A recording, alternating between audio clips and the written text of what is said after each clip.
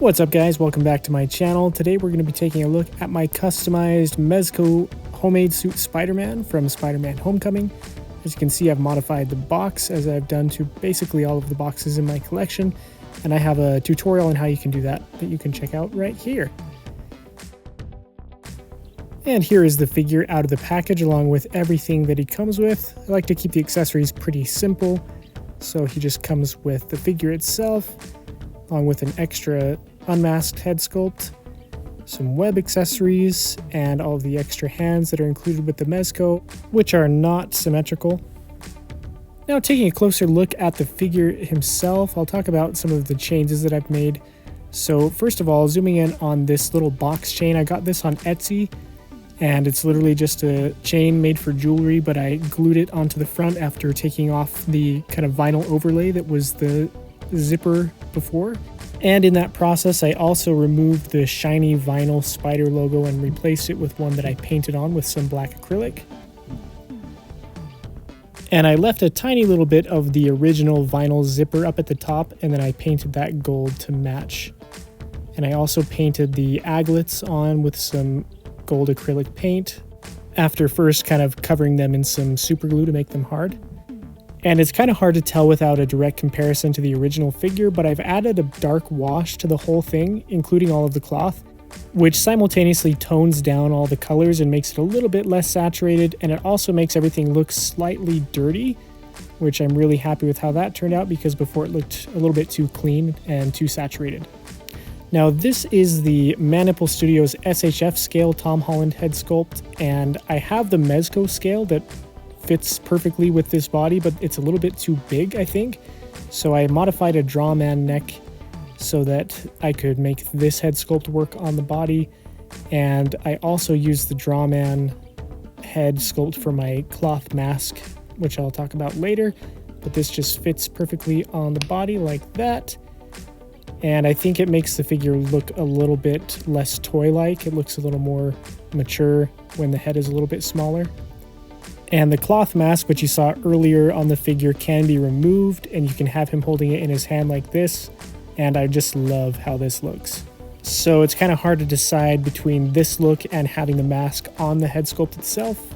And to make this, I just used some cloth from a Mezco Thor Ragnarok cape, and I kind of traced around this Drawman head, which, by the way, is one of the creepiest things you'll ever see. That is nightmare fuel right there.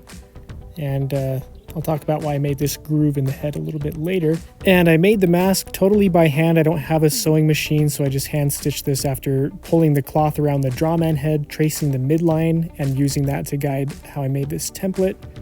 And used the goggles from the Mezco and had to sand them down and then glue them on the mask. Now, the reason I have this groove cut into the Drawman head is so that the bunching up of the fabric that happens when you sew two pieces together, which you can see right here.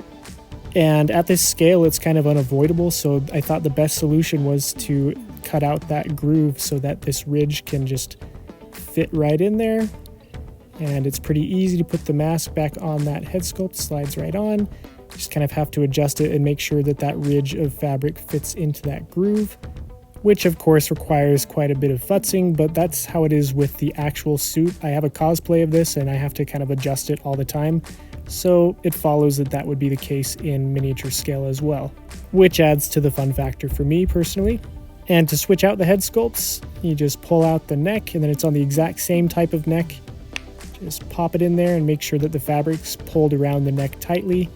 Going over articulation, it has been modified. I kind of pulled the figure apart and then cut out a little bit of the diaphragm so that he can have a better ab crunch, but his head gets great articulation. He can move all the way around, side to side, gets good tilt. He can look up, kind of loses his chin, but that's all right. He can look down. Yeah, I think this gets better articulation than the original Mezco for sure. And then his arms can move however you want them to. They can move up way past 90 in the Y position, and then they can go all the way above his head like that, go all the way back, and he's got a bicep swivel as well as double jointed elbows. He also has a wrist swivel and hinge. And the web shooter is a separate piece, so you can kind of rotate it to match where his web shooter is. Now, the ab crunch, like I mentioned earlier, is a little bit modified. On the original figure, he can barely do an ab crunch, and I just literally cut out chunks of his abs and at the kind of pelvic region too, so that he can crunch forward that much, which is a lot better compared to what he could do before. Which is strange because you'd think that with cloth-covered figures, you'd be able to go crazy with the articulation because the clothes kind of pad out the look of the figure and they hide all the joints. But for some reason, Mezco decides to kind of give these sort of generic, weakly articulated bodies. Anyway, the articulation of the rest of the figure is pretty good, and with this added ab crunch, you can get him into some pretty iconic Spider-Man looking poses. Now to compare him with some other homemade suit Marvel characters, here he is next to the Vigilante Daredevil from Season 3. And I really like this pairing. Here he is next to Iron Man Mark 1. Just a couple of homemade heroes right here. And the Mezco Spider-Man Homecoming tech suit.